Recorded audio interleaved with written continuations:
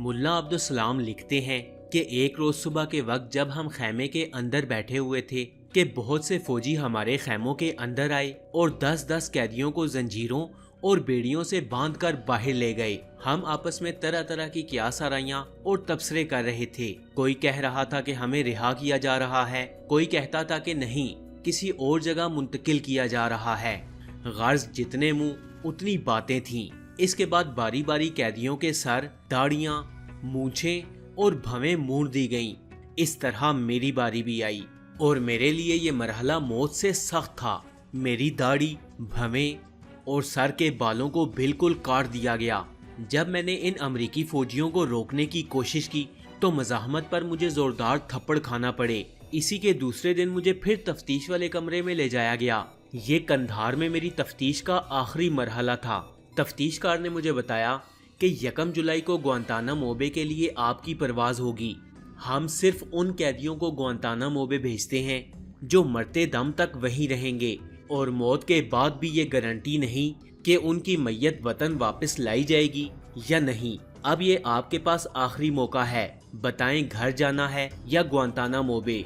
घर वापसी के लिए इस तफ्तीशकार ने अपनी पुरानी शराइत दोहराई, जिनमें से उनकी सबसे बड़ी शर्त ये थी कि मुझे रिहाई के बदले अमरीकी जासूस बनना होगा। तफ्तीशकार ने सोचने के लिए फिर 1 दिन की मोहलत दी और कहा कि खूब सोच समझकर कल जवाब दे दो। मैंने बगैर कुछ सोचते हुए जवाब दिया कि कल बुलाने की ज़रूरत नहीं। मैंने सोच लिया है कि मैं किसी भी किस्म की मसलहत से काम नहीं लूँगा, क्योंकि मैं खुद को कसूरवार नहीं समझता। आपकी मर्जी, जहाँ ले जाना चाहते हैं ले जाएं। मेरा जवाब सुनने के बाद मुझे वापस खैमे में लाया गया। मैं इस बात का इंतजार करने लगा कि कब मुझे ग्वांतानामो बे रवाना किया जाएगा। इसी के ठीक अगले दिन मेरी दाढ़ी, सर के बाल और मूछें फिर से काट दी गईं। 1 जुलाई 2002 की शाम बहुत ज्यादा तादाद में अमरीकी फौजी आए और हम में से 8 अफराद को कतार में खड़ा करके हमारे सरों पर काले थैले चढ़ाए, कानों में रुई ठोसी और हमारे हाथ बांध दिए। इसके बाद हम 8 अफराद को एक दूसरे कमरे में मुंतकिल कर दिया गया, जहां हमारे कपड़े उतारे गए और हमारी बरहना तस्वीरें खींची गईं। इसके बाद हमें सुर्ख रंग के कपड़े और सुर्ख बूट पहनाए गए।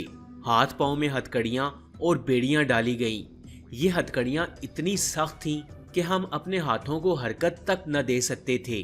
कुछ देर बाद हमें मार मार कर और धक्के दे देकर जहाज में सवार करवाया गया, जहां हम सबको एक मुश्तरका जंजीर के साथ बांधकर इस जंजीर को ताला लगा दिया गया। जंजीर को इस कदर कस कर बांधा गया था कि कोई भी साथी हरकत न कर सकता था, ना आगे, ना पीछे, ना दाएं और ना बाएं।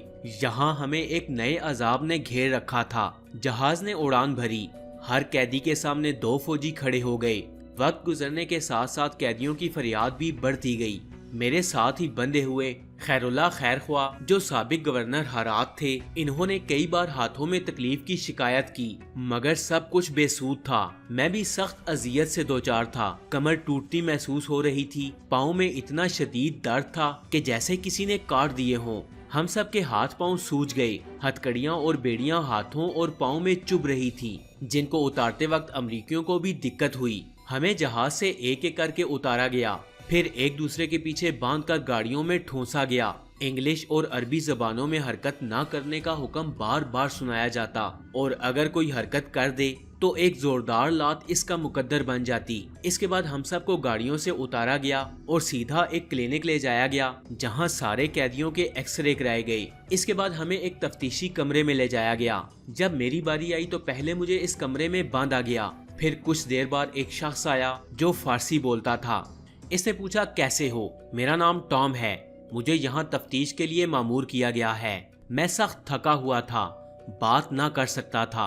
सिर्फ इतना कहा कि मैं बात करने की ताकत नहीं रखता, फिर कभी देखेंगे।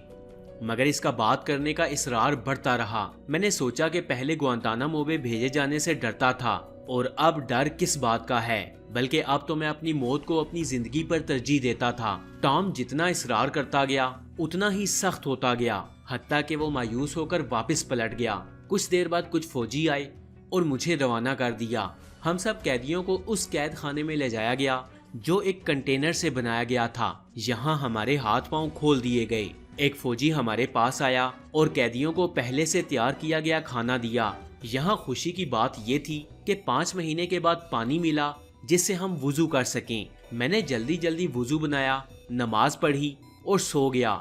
رات لمبی ہو گئی تھی، میں تہجد کی نماز کے لیے بھی نہ اٹھا۔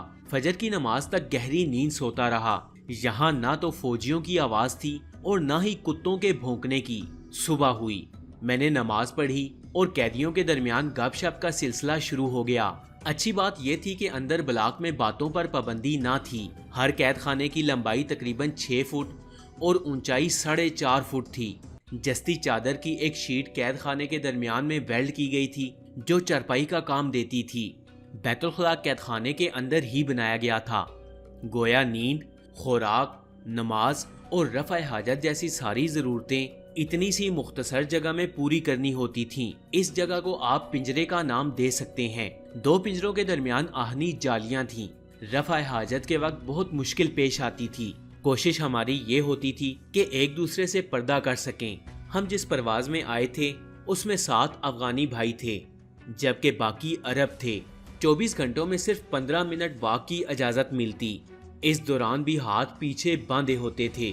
بہت عرصے تک ناخن کاٹنے اور سر کے بال مونڈنے کی مشین کا بندوبست نہ تھا۔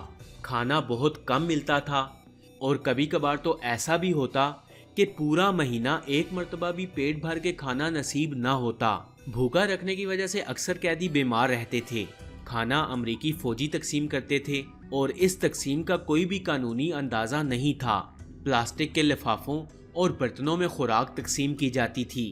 ہم سے ڈسپوزیبل برتن واپس لے لیے جاتے اور تلف کرنے کی بجائے انہی برتنوں میں دوبارہ کھانا دیا جاتا۔ بند کوٹھڑیوں میں قیدیوں کو نماز کے اوقات کا بھی پتہ نہ چلتا، اس لیے ہر قیدی اپنے اپنے اندازے کے مطابق نماز پڑھ لیتا۔ نسبتاً کھلے قید خانوں سے اذان کی آواز آتی تو امریکی فوجی ہوا میں مکہ لہرا کر نفرت کا اظہار کرتے۔ یہاں سخت سردی کی وجہ سے اکثر قیدی بیٹھ کر سوتے تھے۔ بیت الخلا بھی کھلا تھا اور پردے کا کوئی انتظام نہیں تھا۔ بدن کی گرمائش کے لیے قیدی اکثر چھلانگیں لگاتے تھے، یعنی ایک جگہ کھڑے ہو کر جمپنگ کیا کرتے تھے۔